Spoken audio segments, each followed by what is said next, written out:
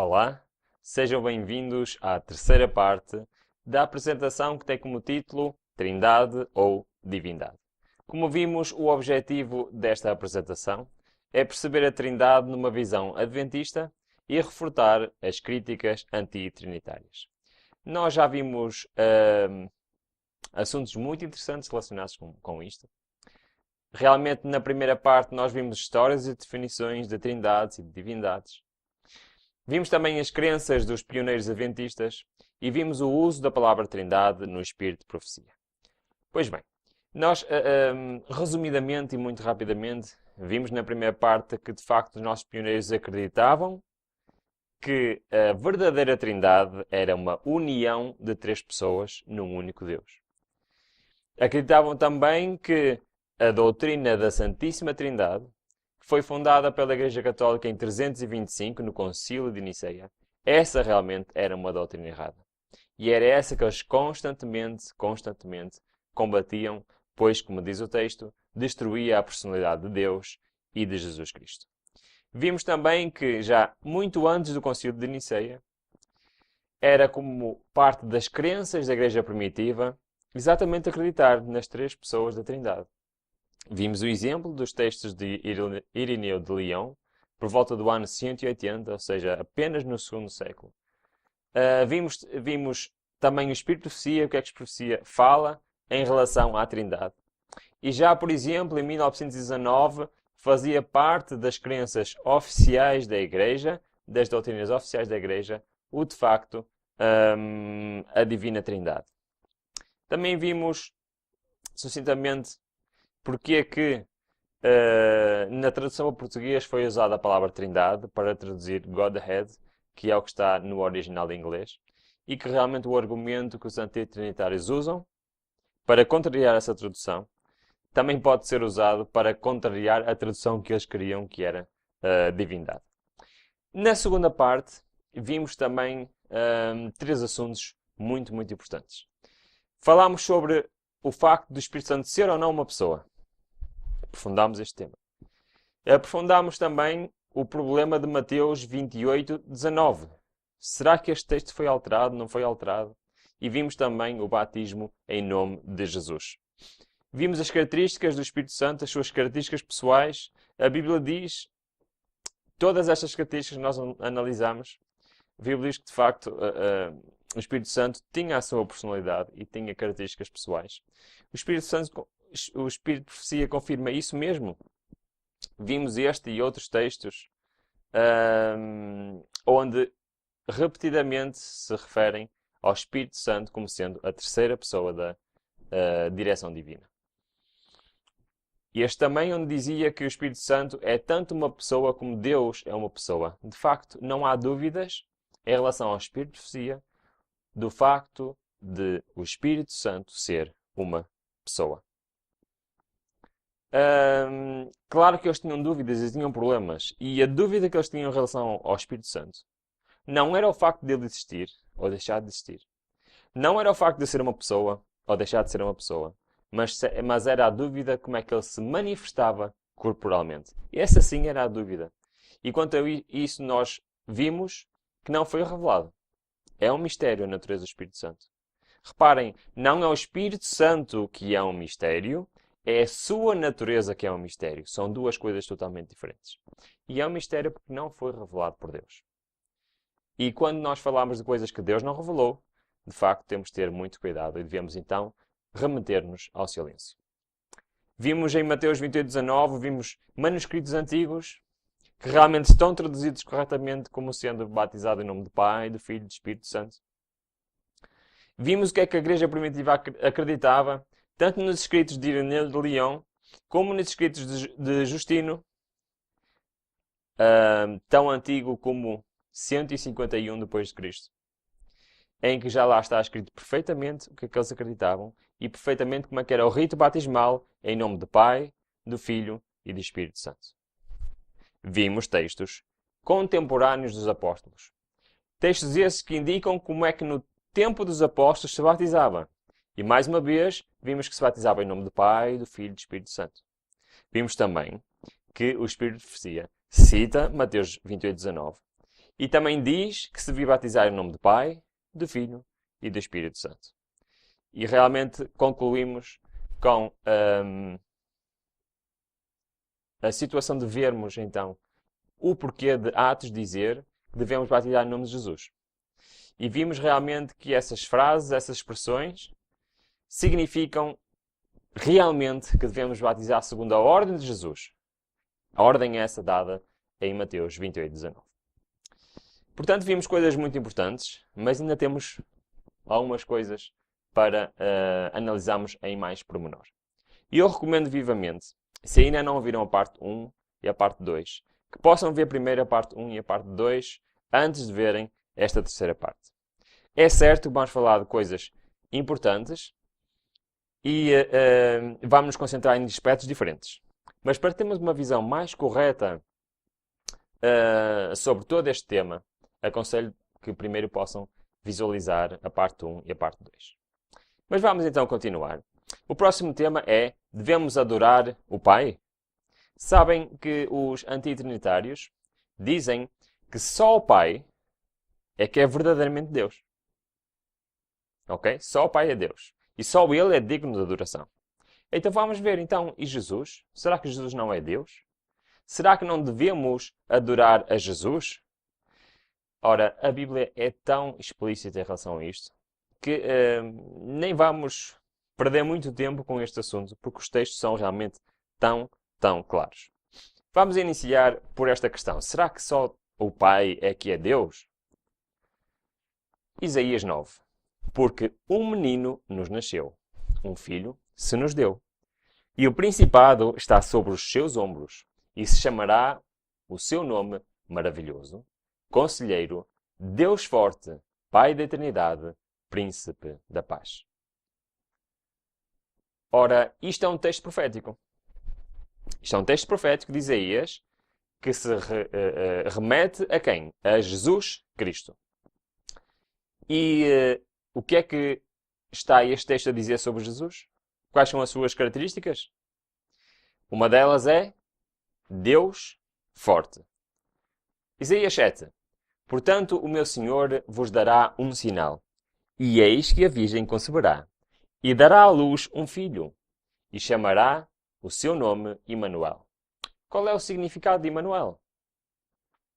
Sabemos que o significado de Emanuel é Deus conosco. Ora, tem alguma lógica o nome Emanuel atribuído a Jesus significar Deus conosco, se Jesus não é Deus? Pode Deus estar conosco em Jesus e Jesus não ser Deus? Só o Pai é que é Deus? Não parece ter muita lógica. João 5. Por isso, pois, os judeus ainda mais procuravam matá-lo, porque não só quebrava o sábado, mas também dizia que Deus era seu próprio Pai, fazendo-se igual a Deus. Ora, para um fariseu, para um judeu, quando Cristo dizia que era igual ao Pai, eles imediatamente compreendiam que ele estava-se a fazer igual a Deus, estava-se ele próprio a intitular como Deus também. E isto eles compreendiam. Mas parece que hoje em dia existem pessoas que têm dificuldade em compreender isto. Já vimos Isaías que ele era Deus forte. Já vimos que ele era Deus conosco. E já vimos realmente que ele se considerava igual a Deus. Hebreus 1. O que é que Deus, o Pai, diz de Deus, o Filho? Reparem o texto. Mas do Filho diz: ó Deus, o teu trono subsiste pelos séculos dos séculos. Sceptro de equidade e sceptro do teu reino. Romanos 9. Que são israelitas, dos quais é a adoção de filhos, e a glória e as alianças, e a lei e o culto e as promessas, dos quais são os pais, e dos quais é Cristo segundo a carne, o qual é sobre todos Deus, bendito eternamente. Amém. Ora, para os profetas, Isaías diz que Jesus era Deus. Os fariseus reconheceram o que é que ele estava a querer dizer. Em Hebreus, o próprio Deus diz do Filho que ele é Deus. Paulo, aqui em Romanos, está a dizer que Jesus Cristo é Deus, bendito eternamente. Em Tito diz-nos assim, aguardando a bem-aventurança e o aparecimento da glória do grande Deus e nosso Senhor Jesus Cristo. O que é que nos está aqui a dizer a Bíblia em Tito? Que Jesus Cristo é o quê? É grande Deus. Então, pode Jesus não ser Deus com tantas evidências bíblicas para que ele o é? 1 de João, capítulo 5. E no que é verdadeiro estamos, isto é, em seu Filho Jesus Cristo. E este é o verdadeiro Deus e a vida eterna. A Bíblia não deixa nenhuma dúvida de que Jesus é Deus. Como é que nós podemos apontar para apenas o Pai é Deus e Cristo é subalterno? Nós já vamos ver o porquê desta ideia e de onde realmente vem esta ideia um pouco mais à frente. Mas nós vemos que, biblicamente, Jesus é o quê? É Deus. Não há dúvidas. Biblicamente, não há dúvidas sobre o facto de Jesus ser Deus. Então, em relação à segunda parte, que devemos adorar apenas a Deus, ou seja, como consequência dos antitrinitários dizerem que Deus é só o Pai, então devemos adorar só o Pai. Também, biblicamente, mais uma vez, os textos são tão claros. Filipenses 2. Por isso também Deus o exaltou soberanamente e lhe deu um nome que é sobre todo o nome, para que ao nome de Jesus se dobre todo o joelho dos que estão nos céus, e na terra, e debaixo da terra. E toda a língua confesse que Jesus é o Senhor, para a glória de Deus o Pai. Ora, devemos ou não adorar a Jesus? A Bíblia, o que é que ela está a dizer? Que a Jesus se dobre todo os joelhos. Se a gente se dobra os joelhos, se postra perante Jesus, então ele é digno de adoração. Mateus 14. Então, aproximando-se os que estavam no barco, o adoraram dizendo, és verdadeiramente o Filho de Deus. Em Mateus 8, temos exatamente igual. E indo elas a dar as boas novas aos discípulos, eis que Jesus lhes saía ao encontro dizendo, eu vos saúdo. E elas, chegando, abraçaram-se os seus pés e o adoraram. Ora, na Bíblia nós temos, por exemplo, o exemplo de João, que em Apocalipse, quando o anjo lhe dá todas aquelas visões e está a falar com ele, João se prostra perante o anjo para o adorar. E o que é que o anjo diz? Não faças isso, eu sou conservo teu. E o levantou e diz, adora apenas a Deus. Mas reparem que nestes textos isso não aconteceu. Temos aqui duas situações em que se prostraram perante Jesus e o adoraram. E o que é que Jesus fez? Não me adores, tens que adorar só ao Pai. Foi isso que ele fez? Não foi. Aceitou a adoração. Porque ele sabia muito bem que ele é digno de adoração. Mas, João 9, outro exemplo. Ele disse, creio, Senhor, e o adorou. Mais uma vez. Tomé, João 20. E Tomé respondeu e lhe disse, Senhor meu e Deus meu. E Jesus, disse-lhe Jesus, porque me viste, Tomé, creste, bem-aventurados os que não viram e creram. Aqui, mais uma vez. Tomé reconheceu que Jesus é o quê? É Deus. E como Deus, ele é digno de adoração. Romanos 14. Porque está escrito, como eu vivo, diz o Senhor, todo o joelho se dobrará a mim, e toda a língua confessará a Deus. O próprio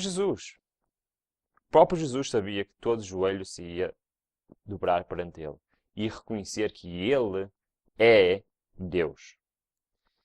Senão, como nós poderíamos compreender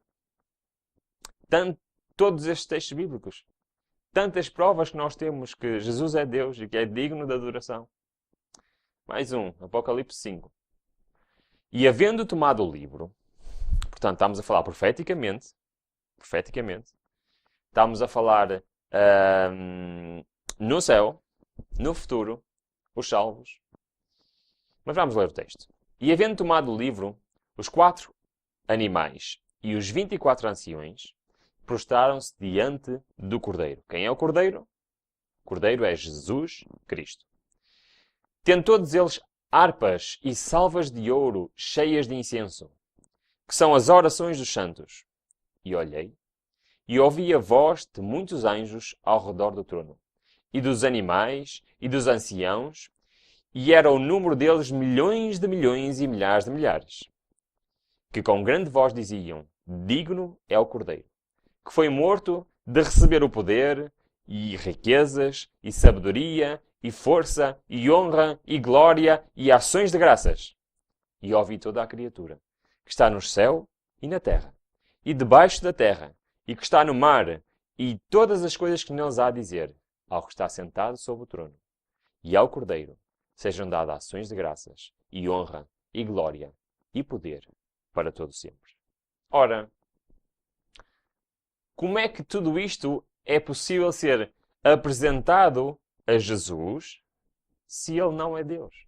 Se Ele não fosse digno de adoração? Como é que nós podíamos compreender estes textos? Apocalipse 11. E o 7º anjo tocou sua trombeta, e houve nos céus grandes vozes que diziam: os reinos do mundo vieram a ser de Nosso Senhor e do seu Cristo, e Ele reinará para todo sempre. Graças te damos, Senhor Deus Todo-Poderoso, que és e que eras e que hás de vir, que tomaste o teu grande poder e reinaste. É verdade. Cristo, Ele reinará para todo sempre. Ele é digno de adoração, Ele é digno de graças e é o Senhor Deus Todo-Poderoso. Como podemos dizer que Deus é só o Pai? Como podemos dizer que só o Pai é digno de adoração? Sabem, a Bíblia diz exatamente o contrário. Diz que ambos são Deus, ambos são dignos de adoração. Mas chegamos agora ao ponto e à altura mais importante desta apresentação. Porque vamos tentar perceber o motivo por trás de tudo isto. Porquê que existem tantas dúvidas em relação à Trindade? Porquê que existem tantas dúvidas em relação a todo este assunto? Em relação à plena divindade de Cristo? Em relação ao facto de Ele ser digno de adoração? Chegamos ao cerne da questão. Será que Jesus foi gerado do Pai? Será que Ele é uma criatura? Embora, como dizem alguns, é diferente dos outros, porque não foi criado, foi gerado. Será que Ele tem início? Este é o cerne da questão. Mas nós, para percebermos isto, temos que perceber a história por trás disto. E eu queria convidar-vos a acompanhar-me a uma viagem de muitos milhares de anos para trás. E percebemos o que é que aconteceu no passado distante, que explica o facto de nós, hoje em dia, estamos com tantos problemas em relação a esta doutrina. Vamos começar esta viagem em Apocalipse 12, que diz assim: e sua cauda levou após si a terça parte das estrelas do céu e lançou-as sobre a terra. O texto continua a falar e se refere ao dragão. Quem é dragão é Satanás. Apocalipse é bem claro, dizendo que este dragão é Satanás. E o que é que Satanás fez? Com a sua cauda, levou após si uma terça parte dos anjos do céu. Ora, o que é que quer dizer isto, a sua cauda? Sabem que Isaías explica isto. Diz assim: o ancião e o varão de respeito, esse é a cabeça. E o profeta que ensina mentiras, esse é a cauda.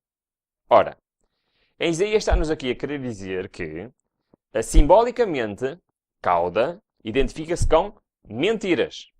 Se juntarmos estes dois textos, temos então que Satanás, com as suas mentiras, levou após si uma terça parte dos anjos do céu. Mas o que é que se passou lá? O que é que se passou lá no céu?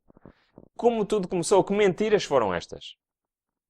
Nós, para percebermos a importância desta questão, para percebermos a importância que levanta o facto de pormos em causa a plena divindade de Cristo, o facto de Ele ser Deus, o facto de Ele ser digno de adoração, o facto de Ele ser um com o Pai, o facto de Ele estar ao mesmo nível do Pai e não estar subalterno ao Pai. Para nós percebermos a importância, temos que perceber o que está por trás desta questão. E por isso nós vamos ver. E eu pedia que pudessem prestar muita atenção a este texto. A este texto que vamos agora ler. E conseguir perceber o que é que está nas entrelinhas e o que é que realmente Satanás quer com tudo isto. Vamos ler. Lúcifer, no céu, antes de sua rebelião, foi um elevado e exaltado anjo. O primeiro em honra depois do amado Filho de Deus. Portanto, o anjo principal era Lúcifer. E ele era o que estava lá em cima na hierarquia.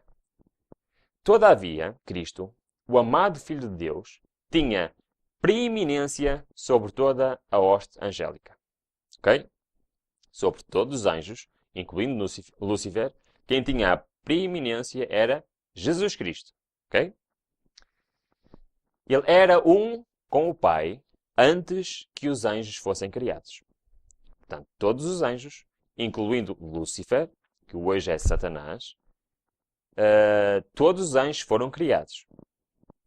Lúcifer invejou a Cristo e gradualmente pretendeu o comando que pertencia a Cristo unicamente. Só a Cristo pertencia isto.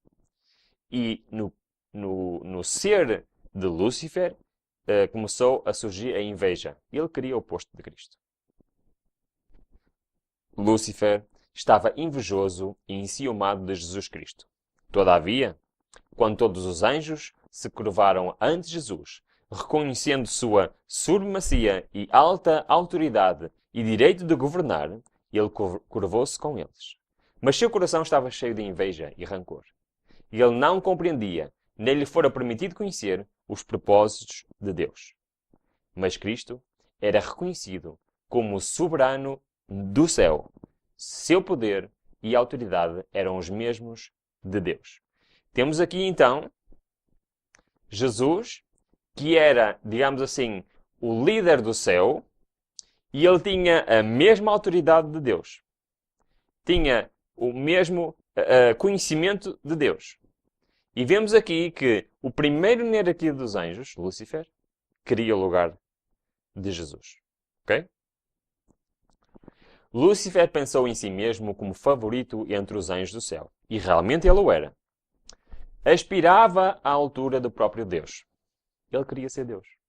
Ele não estava satisfeito de ser a mais importante criatura. Ele queria ser Deus. Mas ele tinha ciúmes, era de quem? Ele tinha ciúmes de Cristo. Ele queria o lugar de Cristo.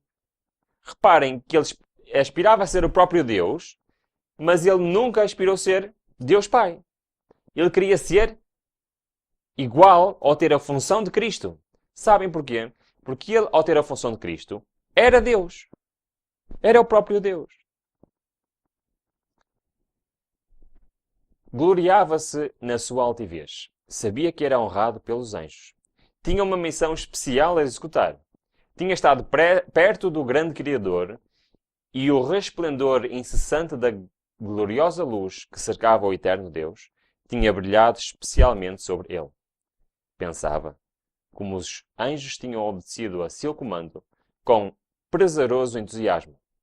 Não era o seu vestuário belo e brilhante? Porque devia Cristo ser assim honrado ante ele?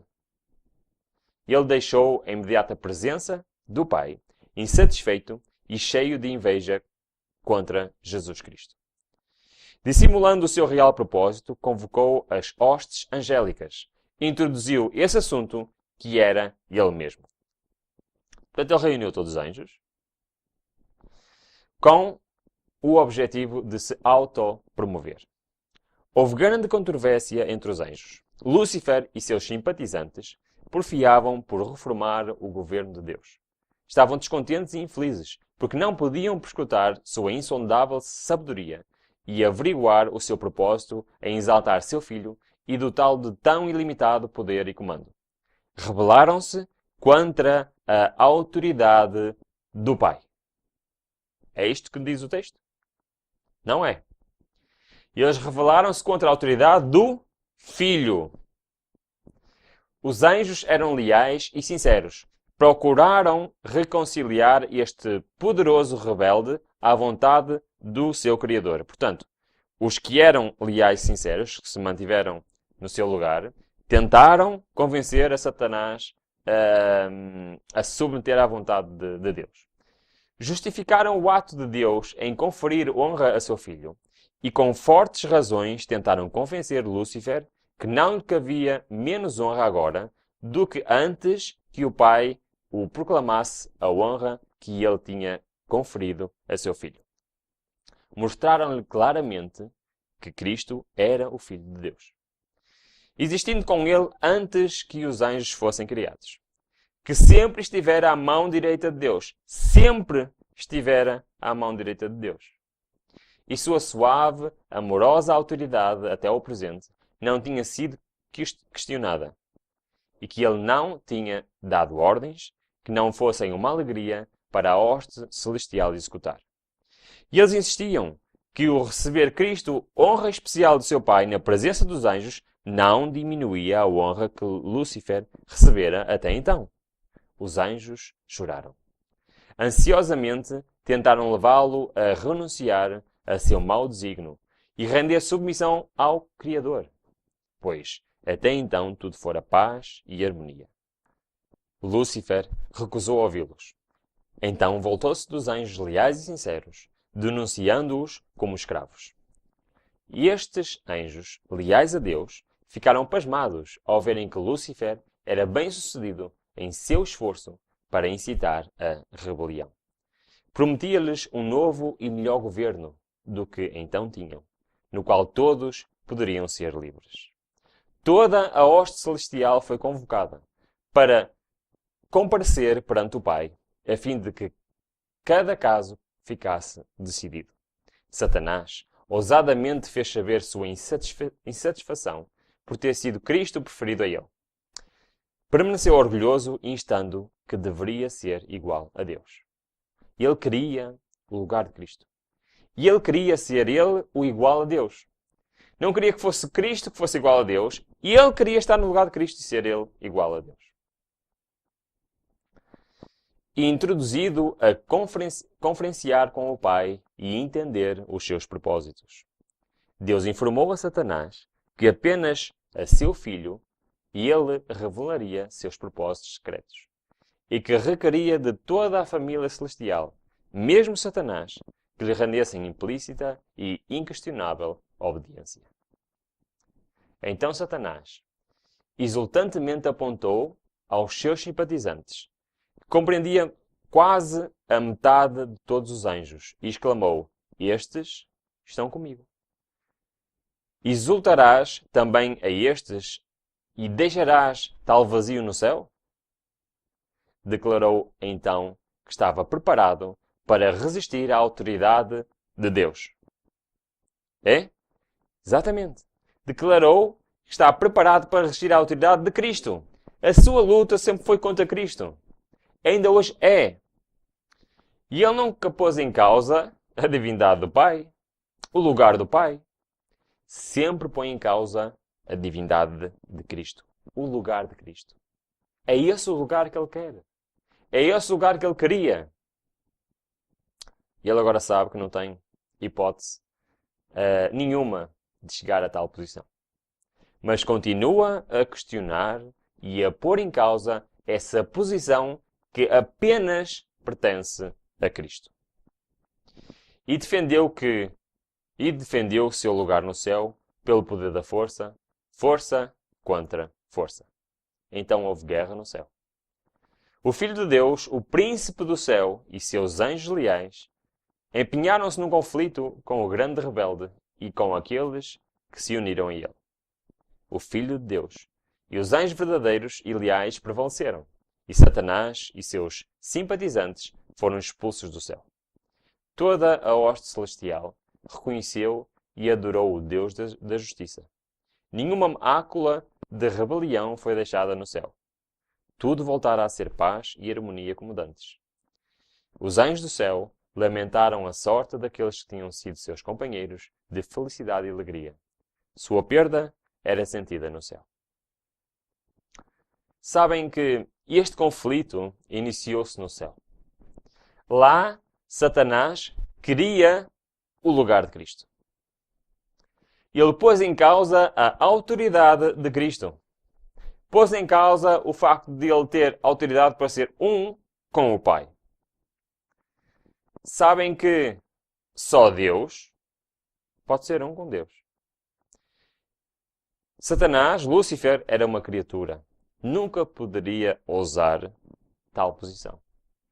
Essa posição, apenas Cristo a podia ocupar, como vimos no texto. Apenas Cristo. Hoje em dia, Satanás continua a pôr na mente dos homens este mesmo problema. Pôr em causa a plena divindade de Cristo. Pôr em causa a sua divindade, a sua autoridade. E nós aceitamos estas falsas doutrinas. Estamos a aceitar as mentiras que Satanás pronuncia. Que já as pronunciou no passado, no céu. E com isso enganou os próprios anjos. E com isso engana, hoje, muitos homens. Agora este conflito, estas mentiras, foram trazidas para esta terra. Hoje em dia, Satanás continua a dizer que Cristo não é Deus. E pior que tudo isto, diz que Cristo é uma criatura.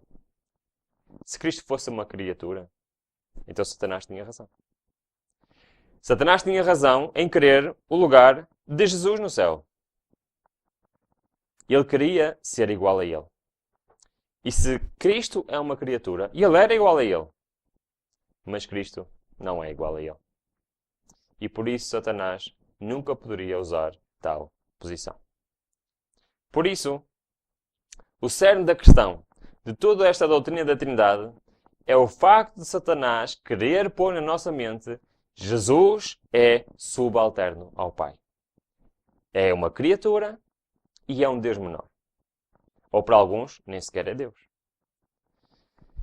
Como nós vemos então este aspecto em que quer a Santíssima Trindade, quer os antitrinitários dizem que Jesus foi gerado do Pai. E não é co-eterno do Pai. Sabem qual é a diferença entre ser imortal e ser eterno? Ser imortal é aquilo que nós aspiramos. É aquilo que os anjos são. Alguém que tem início, mas não tem fim. Ser eterno é diferente. Ser eterno é alguém que não tem início, nem tem fim. Eterno. O que Satanás quer que nós tenhamos na nossa mente é que Cristo é imortal, não é eterno. Nós já vimos nos textos anteriores, nos textos bíblicos, em que dizem que Cristo é eterno. Mas se ele foi gerado do Pai, ele não pode ser eterno. Apenas pode ser imortal. Portanto, esta questão de Jesus ser uma criatura ou ser plenamente divino como o Pai é uma questão fundamental. Então, como é que nós compreendemos os textos bíblicos que nos falam de Cristo ser gerado? Vamos ver. Por exemplo, Salmos 2,7 diz: Proclamarei o decreto. O Senhor me disse, tu és meu filho e eu hoje te gerei. Então, após tudo o que vimos, então Jesus foi realmente gerado do Pai? Jesus não é eterno? É apenas imortal? Será que Satanás tinha razão? Será que o credo da Santíssima Trindade está correto, afinal? Será que os antitrinitários têm razão? Que Jesus foi gerado do Pai e não é co-eterno com Ele? De facto, nós não podemos construir uma doutrina apenas, digamos assim, com um versículo. Nós temos que ver em toda a Bíblia, um pouco aqui, um pouco ali, o que é que as coisas querem dizer. E felizmente Deus não nos deixou ignorantes acerca deste assunto. E Ele explicou perfeitamente o que é que este versículo quer dizer. Vamos ler em Atos, capítulo 13, 32 a 34. Explica-nos o que é que Salmos diz em relação a isto. Do facto de Cristo ser gerado do Pai. O que é que isto quer realmente dizer? Vamos ler. E nós vos anunciamos que a promessa que foi feita aos pais, Deus a cumpriu a nós, seus filhos, ressuscitando a Jesus. Como também está escrito no Salmo 2, Salmos, que acabamos de ler, meu filho, és tu, hoje te gerei. E que o ressuscitaria dentre os mortos, para nunca mais tornar à corrupção. Diz-o assim, as santas e fiéis bênçãos de David vos darei. O que é que estes textos falam acerca então de Jesus ser gerado? Este texto está-nos a dizer que o versículo de Salmos 2, onde diz, hoje te gerei, o pai a dizer do filho que hoje te gerei, é nada mais, nada menos que um texto profético sobre a encarnação de Jesus. Quando ele veio a esta terra ser gerado no ventre de Maria. Aliás, se formos à palavra original hebraica, que está lá em Salmos, e que foi traduzida para gerar, quer literalmente dizer gerado no ventre de uma mulher. Ora, se eu acreditar que aquele texto é um texto literal, era a mesma coisa que eu acreditar que Deus tinha um ventre como uma mulher onde um bebê foi gerado. Estão a perceber? Mas o que este texto em Atos está a dizer é que aquele texto de Salmos é um texto profético que está-se a referir à gestação de Jesus que um dia ia acontecer no ventre de Maria. Por isso, isto é um texto profético e não é um texto a dizer que nos tempos antigos Jesus foi gerado do Pai. Perceberam a diferença? Em Hebreus, Paulo confirma exatamente isto. Hebreus 1, vamos ler. Havendo Deus antigamente falado muitas vezes e de muitas maneiras aos pais pelos profetas, a nós falou-nos nestes últimos dias, pelo Filho. Está a dizer exatamente a mesma coisa que vimos em Atos. Okay? Paulo está a dizer o que ele disse no passado aos nossos pais, gerações e gerações atrás, pelos profetas, falou-nos agora pelo Filho, a quem constituiu o herdeiro de tudo, por quem fez também o mundo. Ora, sendo o resplendor da sua glória e a expressa imagem da sua pessoa, e sustentando todas as coisas pela palavra do seu poder, havendo feito por si mesmo a purificação dos nossos pecados, assentou-se à destra da majestade nas alturas, feito tanto mais excelente do que os anjos, quando herdou a mais excelente nome do que eles. Porque a qual, dos anjos, disse jamais, tu és o meu filho, hoje te gerei. E outra vez, e eu lhe serei por pai, e ele me será por filho. Claramente. Por isso, quando a Bíblia fala em Cristo gerado, refere-se à sua primeira vinda a esta terra. A ele ter encarnado como ser humano, ter sido gerado no ventre de Maria. Não se está a referir que Cristo foi gerado no ventre de Deus Pai. Que heresia tal. Nós vemos aqui que no Novo Testamento temos explicação para os versículos do Velho Testamento, em que falam a Jesus sendo gerado. De facto, ele foi gerado. E ele foi gerado. Mas é um texto profético que se refere a ele ter sido gerado no ventre de Maria. Se nós juntarmos todos estes textos, nós compreendemos realmente o que é que eles querem dizer. Se nós virmos, então, e usarmos o método bíblico de estudo da Bíblia, um pouco aqui, um pouco ali, chegamos à conclusão certa. Jesus não foi gerado do Pai. Foi gerado no ventre de Maria. Isso é o que a Bíblia nos diz. Mas, então, e porquê que a Bíblia fala que Jesus é o primogênito? Já pensaram nisso? Jesus é o primogênito da criação e não é co-eterno com o Pai. Ou seja, apenas o Pai é eterno, o Filho é apenas imortal, não é eterno. E ele é o primogênito na criação. Dizendo isto, dizem os ateus trinitários que Cristo foi o primeiro ser a ser criado. Vamos ler realmente o que é. E vamos ver então estes textos. Diz-nos assim, Hebreus 1:6. E outra vez, quando introduziu no mundo o primogênito, diz, e todos os anjos de Deus o adoram. Então, Cristo foi o primeiro da criação, é isso?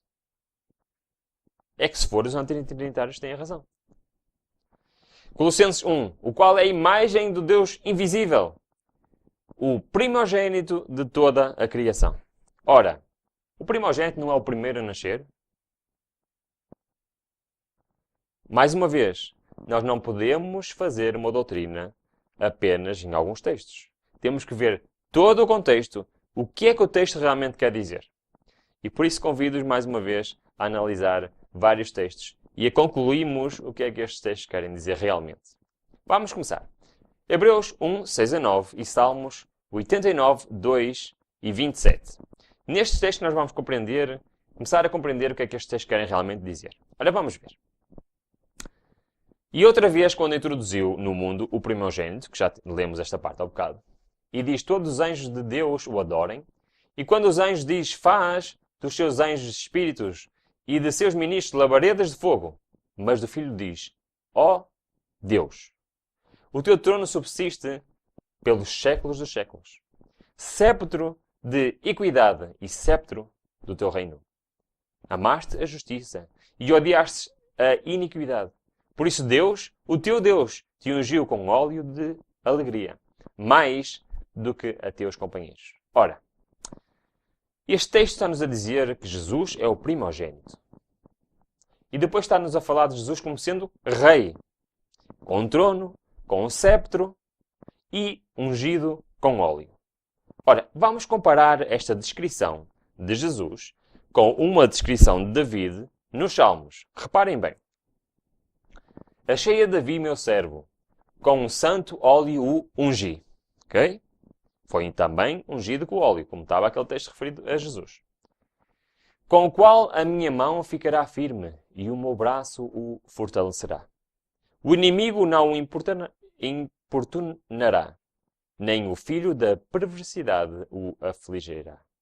E eu derrubarei os seus inimigos perante a sua face, e ferirei aos que o odeiam, e a minha fidelidade e a minha benignidade estarão com ele. E em meu nome será exaltado o seu poder. Porei também a sua mão no mar, e a sua direita nos rios. E ele me chamará, dizendo, tu és meu pai, meu filho, e a rocha da minha salvação. Também o farei meu primogênito, mais elevado dos que os reis da terra. Ora, este texto é muito parecido com o que acabamos de ler.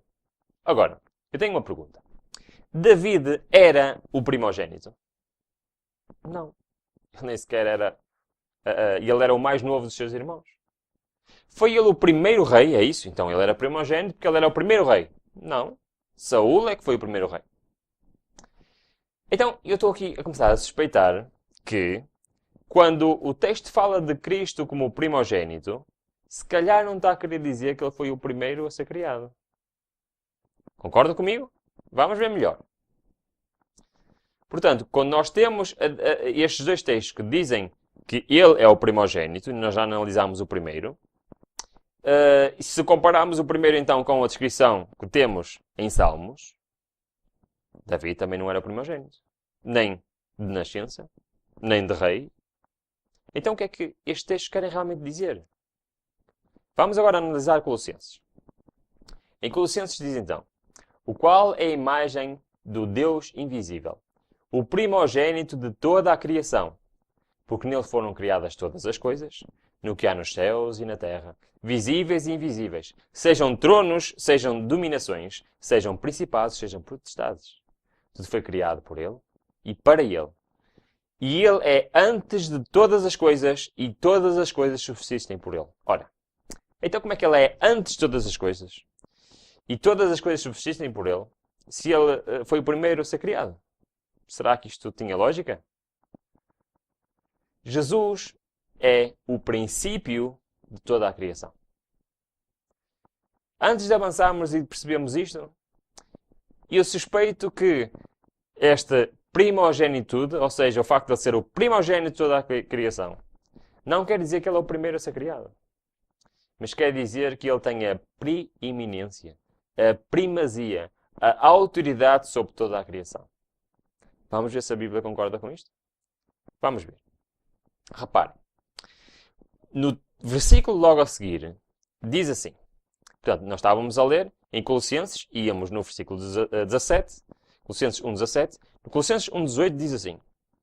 E ele é a cabeça do corpo da igreja. E o princípio,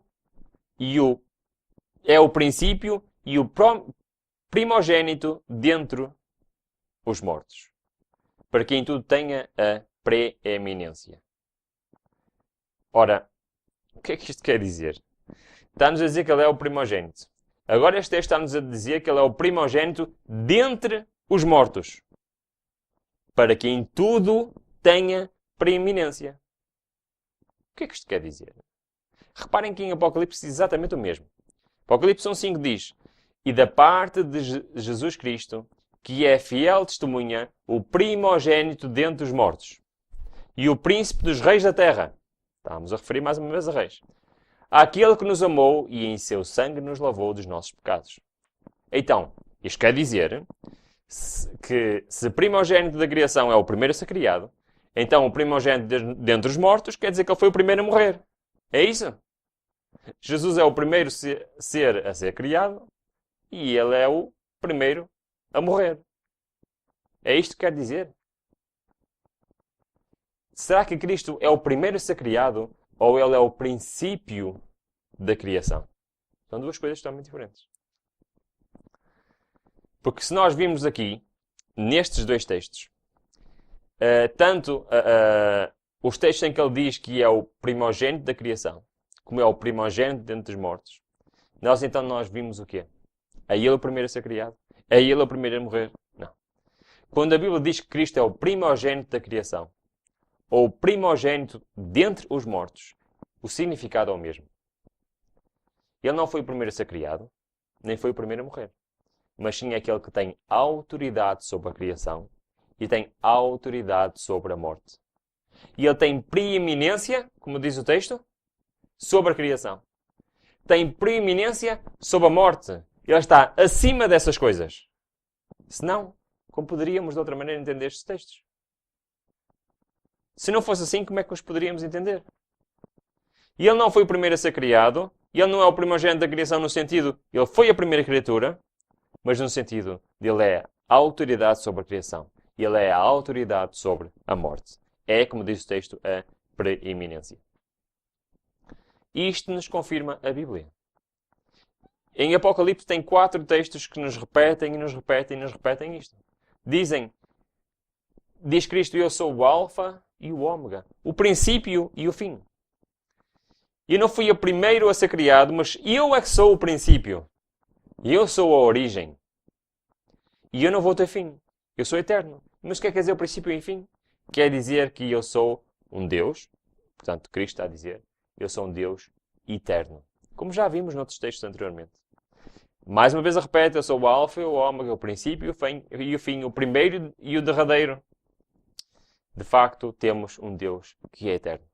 Um Deus que é preeminente. Um Deus que tem autoridade sobre a criação e sobre a própria morte. E assim, então, nós compreendemos verdadeiramente estes textos. Jesus é eterno. Não foi gerado, não foi criado.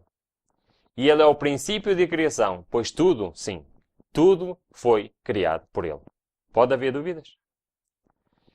Em João 8,58 diz assim, Disse Jesus, em verdade vos digo, que antes que Abraão existisse, eu sou.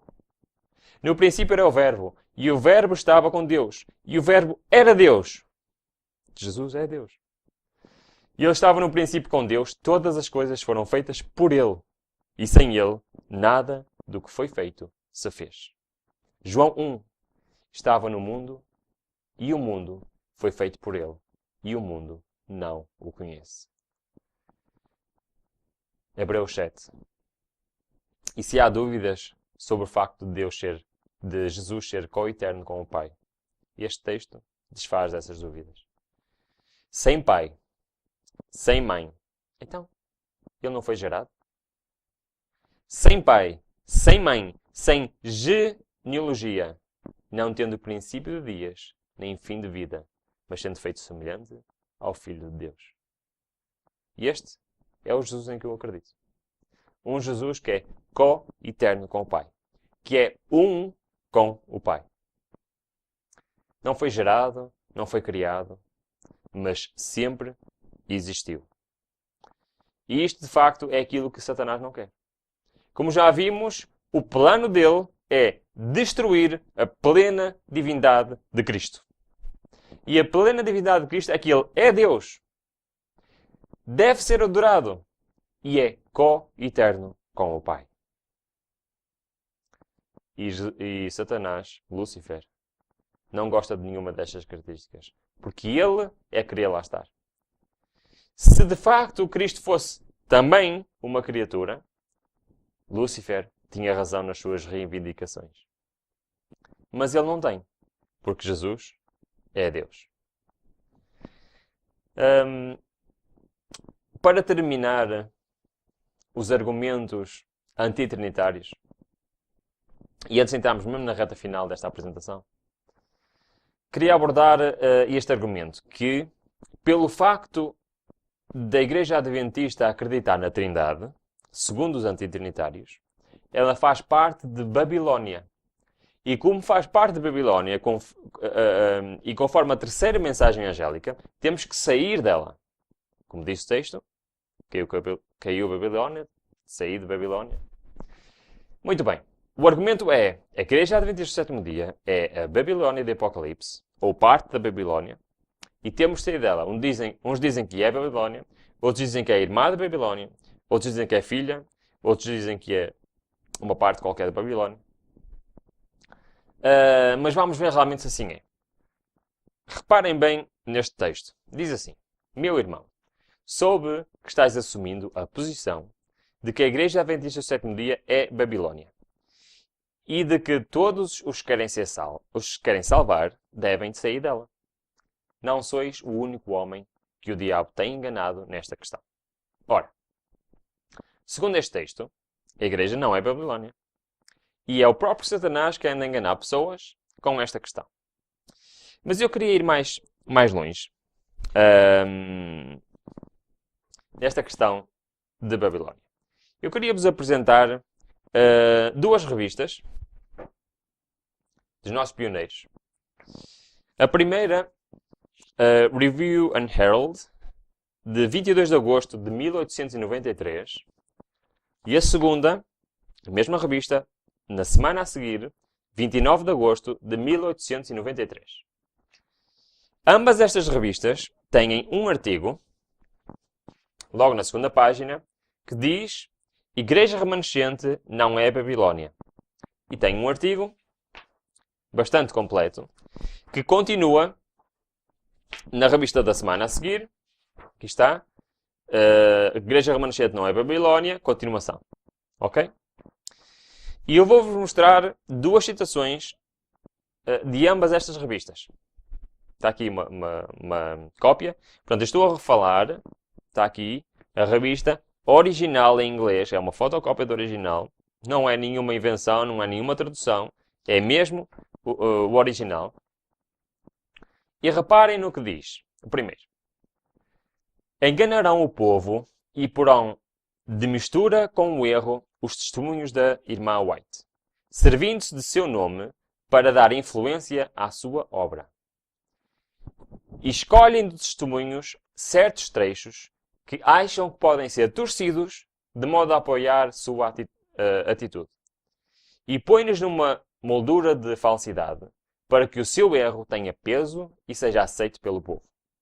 Dão falsa interpretação e aplicam mal o que Deus deu à Igreja para advertir, aconselhar, reprovar, confortar e animar os que constituíram o povo remanescente de Deus.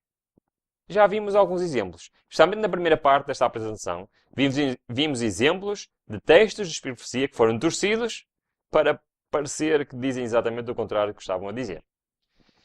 Mas em relação a este assunto, continua o texto e diz assim. Portanto, desta primeira revista.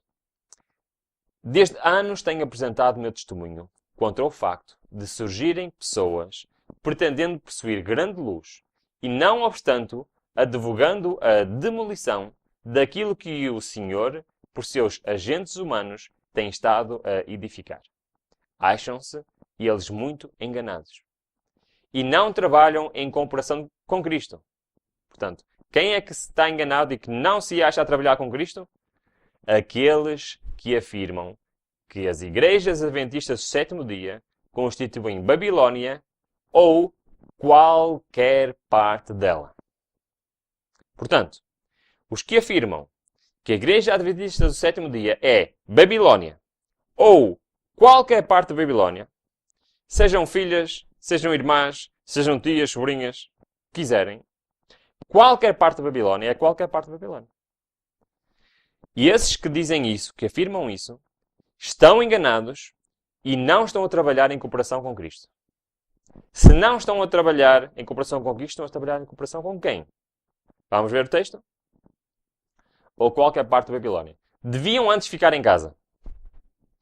Que eles se detenham e considerem qual é a mensagem que deve ser pregada presentemente.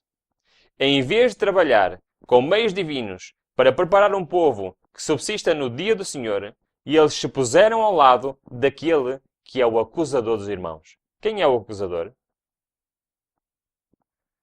Que os acusa de dia e de noite perante Deus. Agentes satânicos têm vindo das profundezas, inspirando os homens a unir-se numa confederação do mal, para perturbar e hostilizar o povo de Deus, causando-lhe grande aflição. Uau!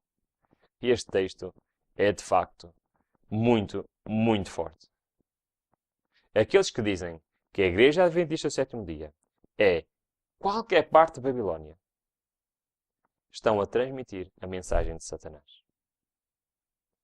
Estão a ser influenciados por agentes satânicos.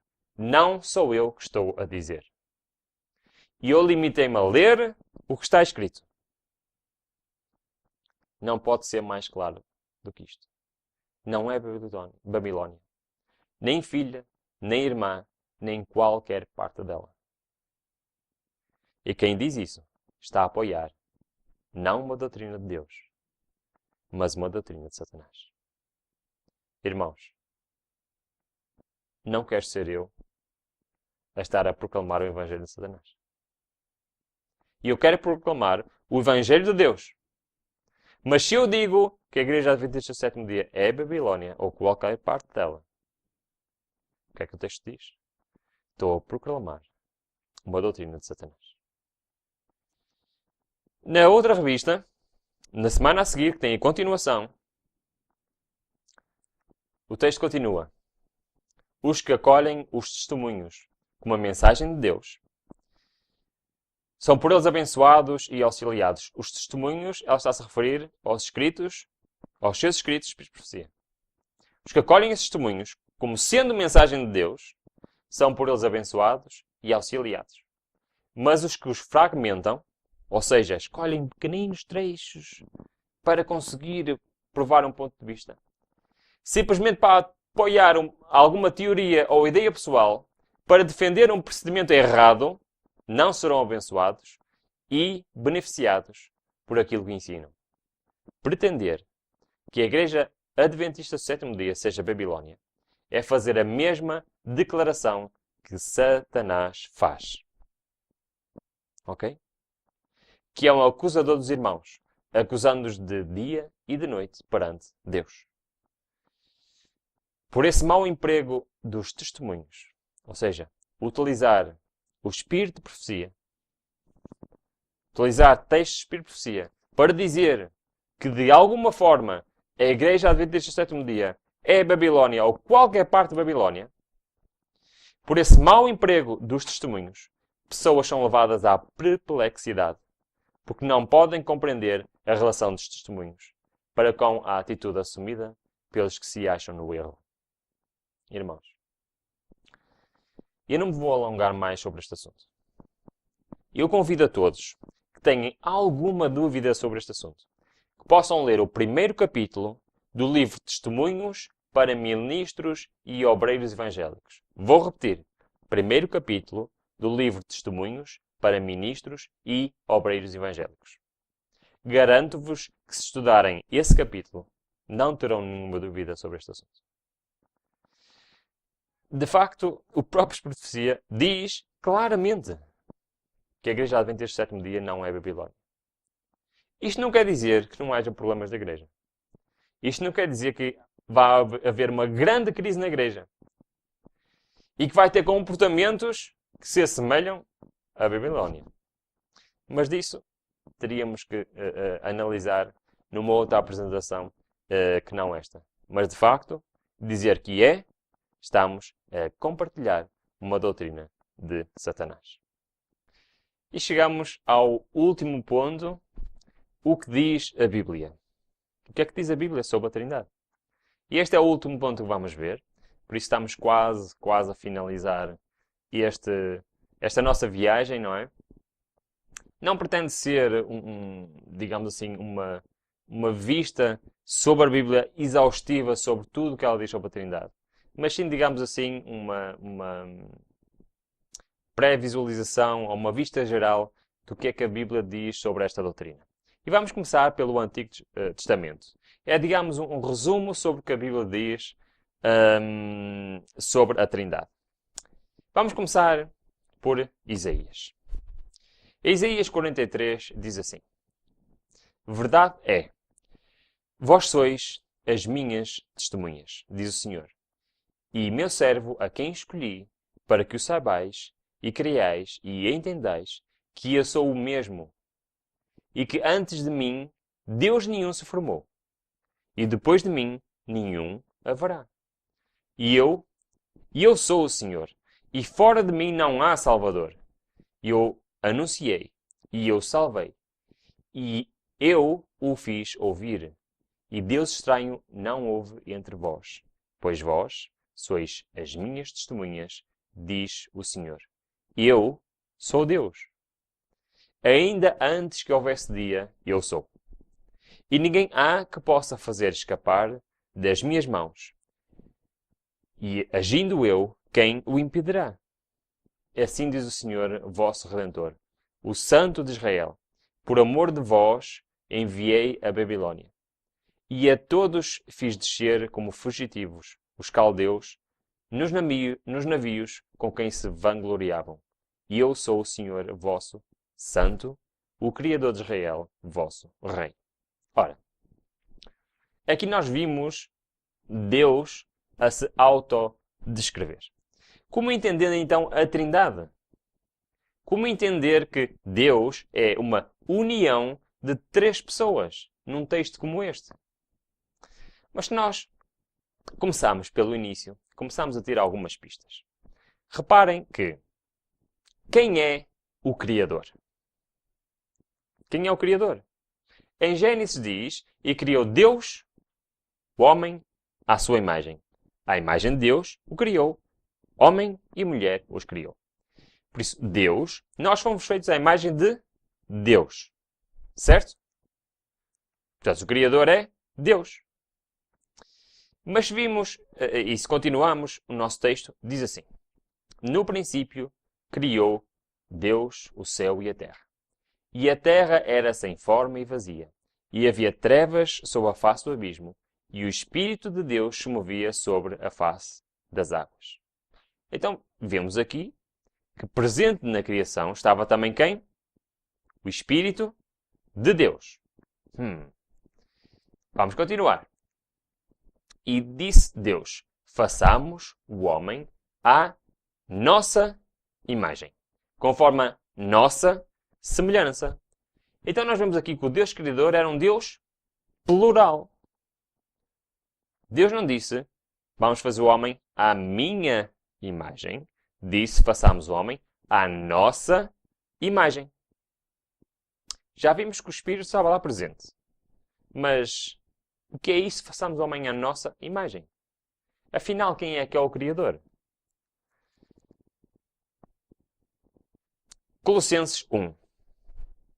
O qual é a imagem do Deus invisível, o primogênito de toda a criação, porque nele foram criadas todas as coisas, que há nos céus e na terra, visíveis e invisíveis. Sejam tronos, sejam dominações, sejam principados, sejam potestades. Tudo foi criado por ele e para ele. Então, quem é o Criador? Este texto diz-nos que o Criador é Cristo, Jesus. O primogênito de toda a criação. Já vimos aqui o que é que isto quer dizer. Tudo foi criado por ele e para ele. Então, quando Deus disse, vamos criar o homem à nossa imagem, temos um Deus plural, ok? Temos várias pessoas, ou menos, pelo menos mais do que uma pessoa, certo? Aqui neste texto. Por isso, então, nós vemos e compreendemos que no ato da criação estava mais do que uma pessoa. Já vimos que João 1, Hebreus 1:10, ou no texto que lemos Colossenses 1, que diz que quem foi o Criador foi Jesus. Mas Jó mete aqui na equação mais uma pessoa. Porque diz, o Espírito de Deus me fez. Ora, eu suspeito que neste ato da criação estavam 3 pessoas presentes. Eu suspeito. Será que eu tenho alguma lógica em eu ter essa suspeita? O texto original diz-nos que o Espírito de Deus estava lá. E que Deus criou. E depois diz-nos também que foi Jesus o Criador. Mas Jó diz que foi o Espírito que o fez. Sabem que esta triunidade é de facto extraordinária. E como é que nós podemos realmente compreender isto? É que esta pluralidade não está só na criação. Como vimos em Gênesis 1, façamos a nossa imagem, conforme a nossa semelhança. Temos mais. Nós, plural, temos mais textos. Gênesis 3:22. Então disse o Senhor Deus, eis que o homem é como um de nós. Mais uma vez, sabendo o bem e o mal, e para que não estenda a sua mão, tome da árvore da vida. Mais uma vez temos esta pluralidade. É como um de nós. Continuamos. Gênesis 11. Estamos a falar da Torre de Babel. O que é que a Bíblia diz? Deixamos e confundamos ali sua lei. Não disse vou eu descer. Mais uma vez falou no plural. Por isso, nós vemos que Deus, na Bíblia, no Antigo Testamento, é um Deus plural. Consiste em mais do que uma pessoa. Não é só o Deus Pai, que é Deus, e o resto é subalterno. Outro texto, Isaías 6. Depois disto ouvi a voz do Senhor, que dizia, a quem enviarei? Quem há de ir por mim? É assim que diz? Não. Quem há de ir por nós? Quem vai ser o nosso representante? Nós. Deus é nós. É mais do que uma pessoa. Novo Testamento. Vamos ver Mateus 28. A grande comissão de Cristo. Já vimos sobre a autenticidade deste versículo. Se quiserem ver, vejam a segunda parte desta apresentação. Portanto, ide, fazer discípulo de todas as nações, batizando-as em nome do Pai, e do Filho, e do Espírito Santo. Lucas 3. Sendo batizados também Jesus, orando ele, o céu se abriu, e o Espírito Santo desceu sobre ele em forma corpórea, como pomba, e ouviu-se uma voz do céu, que dizia, tu és o meu Filho amado, em ti me comprazo. Portanto, quantas pessoas temos aqui? Temos no céu, Deus o Pai. Temos o Espírito Santo a descer. E temos Jesus a ser batizado. Mas não é só este texto que temos os 3 em simultâneo. João 14. Jesus respondeu e disse-lhe: mas aquele Consolador, o Espírito Santo, que o Pai enviará em meu nome, esse vos ensinará todas as coisas. Alguém que vem ensinar. E vos lembrará de tudo quanto vos tenho dito. É interessante, mais uma vez, temos aqui quantas pessoas?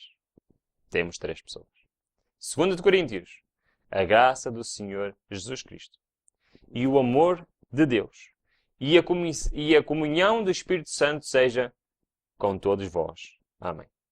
Não existe nenhuma dúvida em relação a este texto. Em Mateus 28:19, ainda podem trazer os argumentos de Eusébio de Cesareia, etc., como vimos na segunda parte. Mas neste texto não há nenhuma dúvida. A bênção apostólica, o que é que diz? Em nome de Jesus Cristo, Deus, Espírito Santo. Há alguma dúvida quando as pessoas estão aqui? Nestes textos não há nenhuma dúvida. Nem é posta em causa a sua veracidade. E eu mais uma vez conto 3. Mas continua, são tantos textos. Todos estes textos apresentam Deus Pai, Filho e Espírito Santo em simultâneo. É preciso mais provas? 1 de Pedro. Pedro, apóstolo de Jesus Cristo, aos estrangeiros dispersos no Ponto, Galácia, Capadócia, Ásia, Betínia, eleitos segundo a presciência de Deus Pai, em santificação do Espírito, para a obediência e a expressão do sangue de Jesus Cristo, graça e paz vos seja multiplicadas. Então nós vemos que, ao bocado, tínhamos Paulo a falar, já vimos João, já vimos Lucas, agora temos aqui Pedro. O que é que Pedro nos diz? Jesus Cristo, Deus Pai, Espírito Santo. Mais uma vez, quanto 3. 1 João, porque 3 são os que testificam no céu. O Pai, a Palavra e o Espírito Santo. E estes 3 são um. Continuemos. São textos após textos que falam em 3 pessoas que juntas, unidas, constituem um Deus.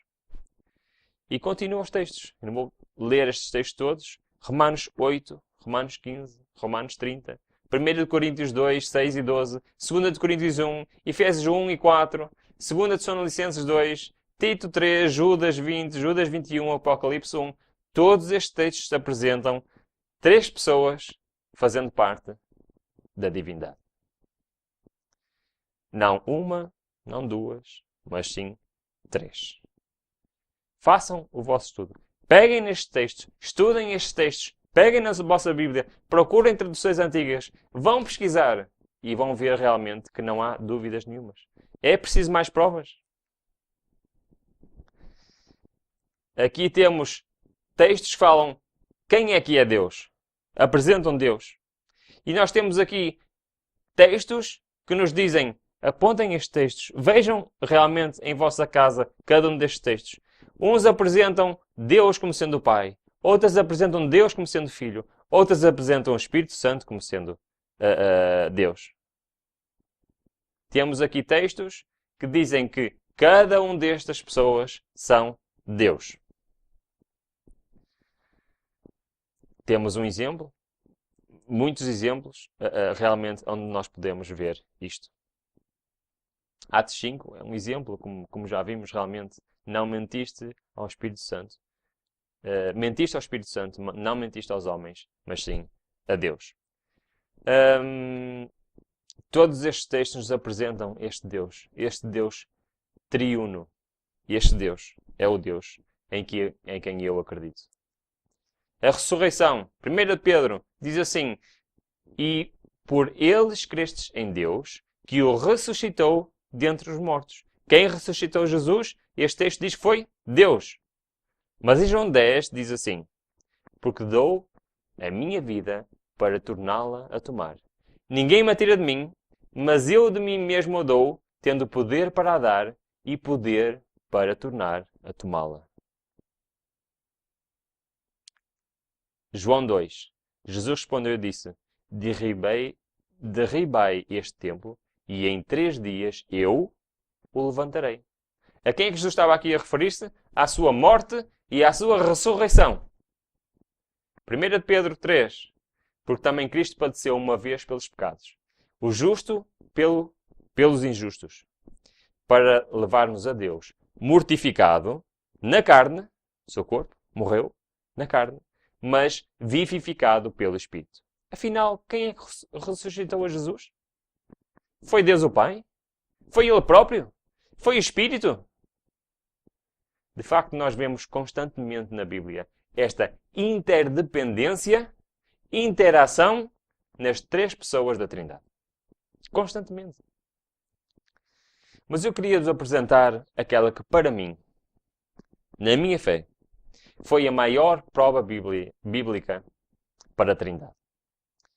Todos os textos que nós já vimos, e muitos que eu apresentei que não vimos, mas que incito que todos possam ver por vocês mesmos, todos eles nos apresentam este Deus plural, este Deus triuno, mas para mim, na minha fé pessoal, este texto de Isaías é a maior prova da Trindade ser composta como três pessoas fazerem um único Deus. Este texto é um pouco difícil de compreender. Vemos aqui esta interdependência, como acabámos de ver no texto anterior, esta interdependência das três pessoas da Trindade. Mas neste texto de Isaías, nós vemos isto de uma forma mais, digamos assim, mais abrangente e de uma forma mais concreta. E vou passar a ler. Este texto fala-nos do Senhor dos Exércitos. Isaías 6.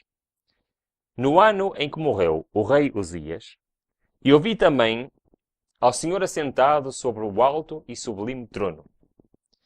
E seu séquito enchia o templo. Serafins estavam por cima dele. Cada um tinha 6 asas. Com 2 cobriam os rostos. Com 2 cobriam os pés. E com 2 voavam. E clamavam uns aos outros dizendo: Santo, Santo, Santo. Nós sabemos que Deus é quantas vezes santo? 3 vezes santo. É o Senhor dos Exércitos.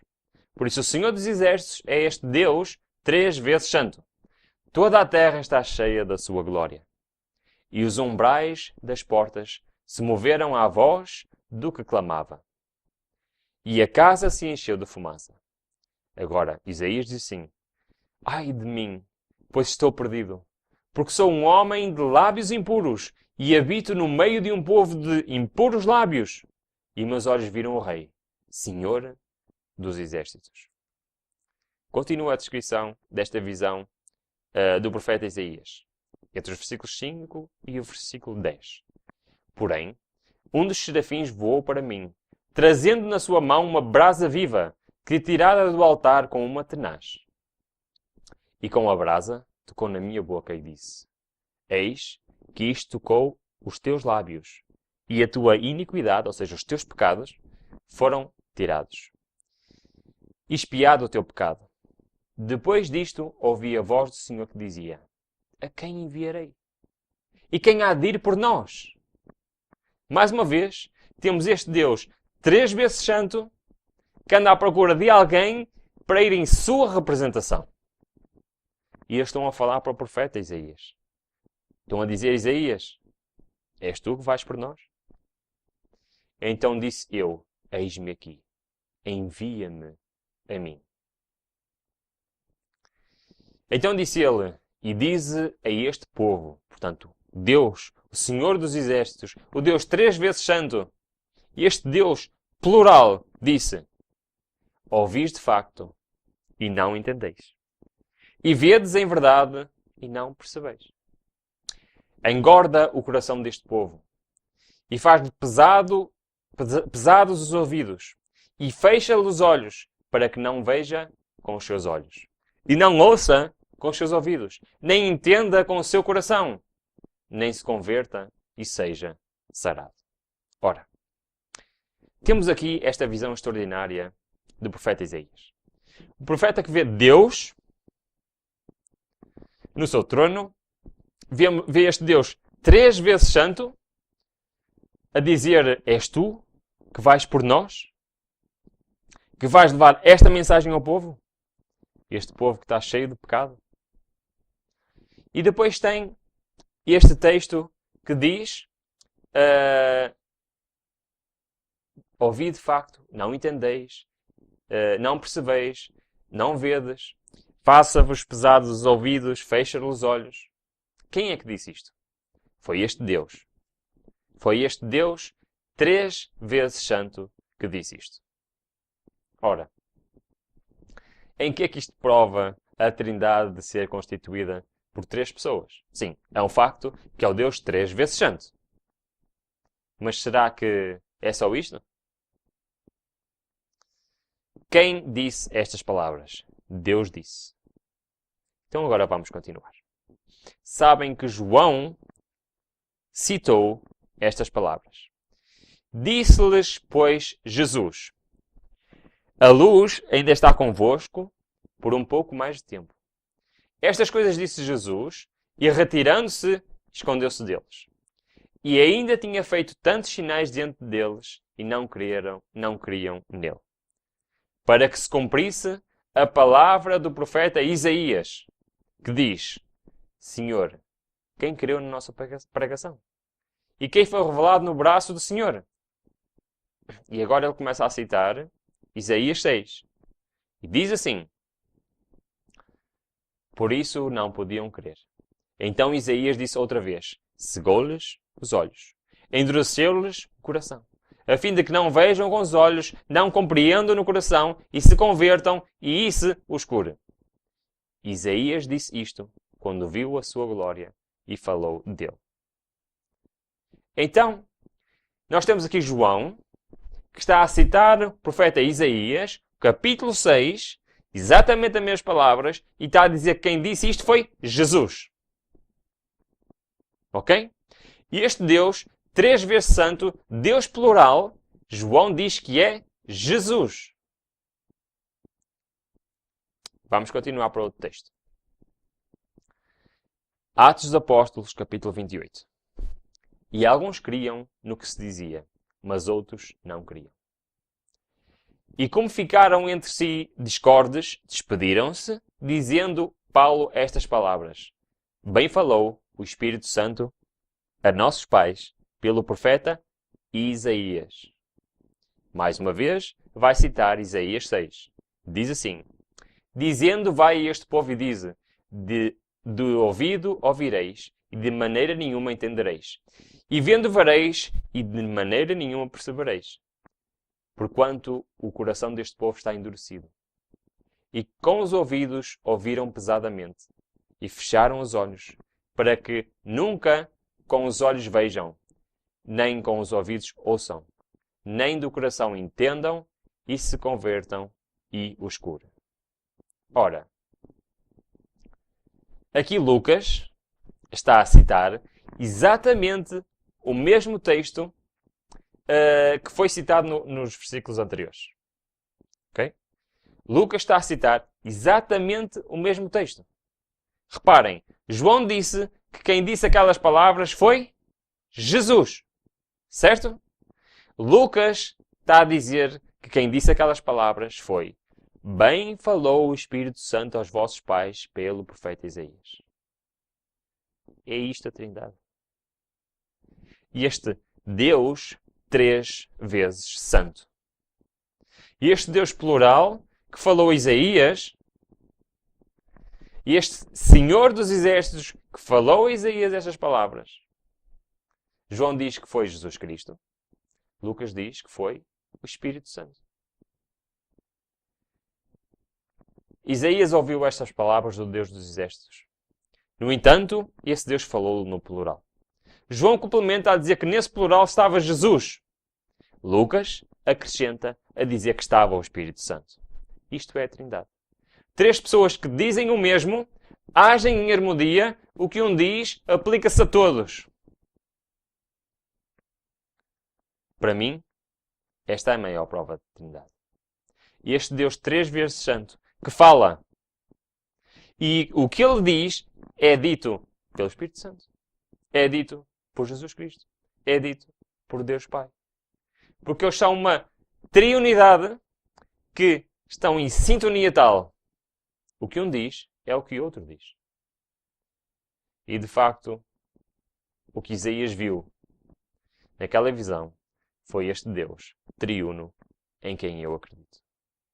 Espero sinceramente que tu possas acreditar no mesmo.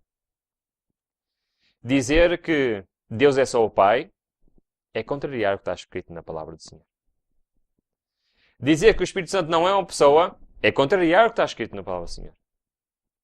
E este é o Deus triuno, 3 vezes santo, em que eu acredito. É este Deus que eu gostava que tu pudesses abraçar também.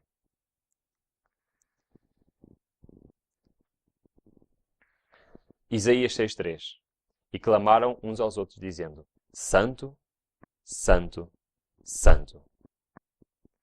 É este Deus 3 vezes santo. E Ele é 3 vezes santo porque santo é o Pai. Santo é o Filho. Santo é o Espírito Santo. Os profetas acreditavam nisto. Os apóstolos acreditavam nisto. A igreja primitiva acreditava nisto.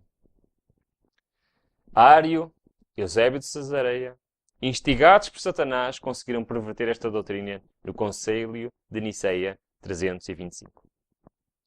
Mas os nossos pioneiros conseguiram cavar esta doutrina bíblica. Rejeitaram a doutrina antibíblica da Santíssima Trindade, aceita pelos católicos e aceita por maior parte do mundo protestante. Mas esta não é a doutrina que os adventistas do sétimo dia acreditam. E eu vou terminar com esta carta.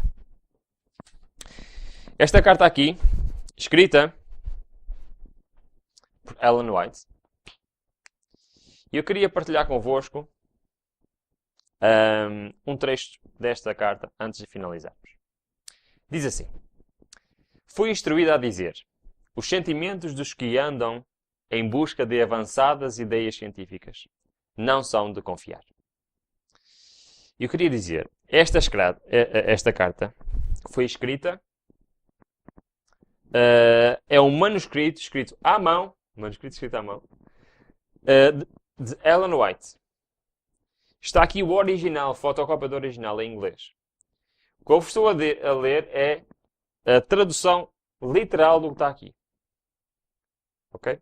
Para que nós possamos realmente compreender isto. Os sentimentos dos que andam em busca de avançadas ideias científicas não são de confiar.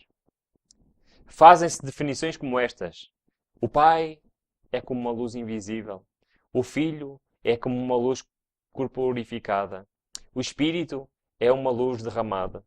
O Pai é como um orvalho de vapor invisível. O Filho é como um orvalho condensado numa forma bela. O Espírito é como um orvalho caído sobre a sede da vida. Outra apresentação, o Pai é como vapor invisível. O Filho como uma nuvem penúmbria. O Espírito é a chuva caída e operando em poder refrigerante. Todas estas definições espiritualistas são simplesmente nada.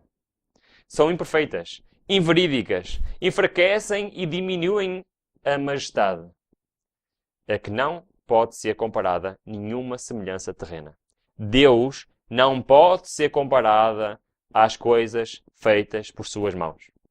Não há nada nesta terra, nada que nós conhecemos com o qual podemos comparar Deus.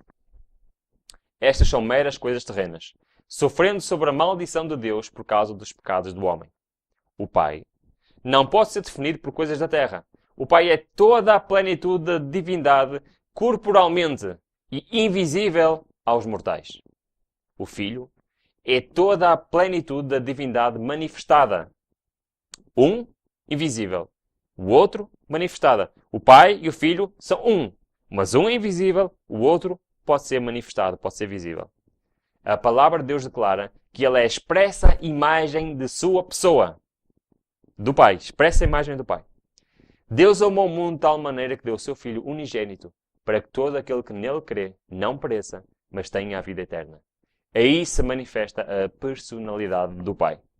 O Consolador, que Cristo prometeu enviar depois de ascender ao céu, é o Espírito, em toda a plenitude da divindade, tornando manifesto o poder da graça divina a todos quantos recebem e creem em Cristo como um Salvador pessoal. Existem as três personalidades vivas no trio celestial, nas quais cada alma arrependida dos seus pecados, recebendo a Cristo por meio da fé viva, por eles são batizados no nome do Pai e do Filho e do Espírito Santo. E esses poderes cooperarão com os súbditos obedientes do céu em seu esforço para viver a nova vida em Cristo. Não vos enganeis. Muitos se afastarão da fé, dando ouvidas a espíritos sedutores e doutrinas de demónios. Temos agora perante nós o alfa desse perigo. O ômega será de natureza mais assustadora. Reparem, estes textos que eu vos acabei de ler não deixem dúvidas nenhumas de qual era a posição de Ellen White em relação à divindade. Ela fala em quantas pessoas? Fala em três personalidades, fala em trio divino. O que é um trio? Um trio é uma pessoa? É duas pessoas? Ou são três pessoas? Como vimos, isto nunca foi dúvida para os nossos pioneiros. Como é que devemos ser batizados? De facto, esta carta resume tudo aquilo que nós tivemos a ver. Não nos deixemos enganar. Muitos estarão ouvindo doutrinas de demónios. Mensagens escolhidas, volume 1.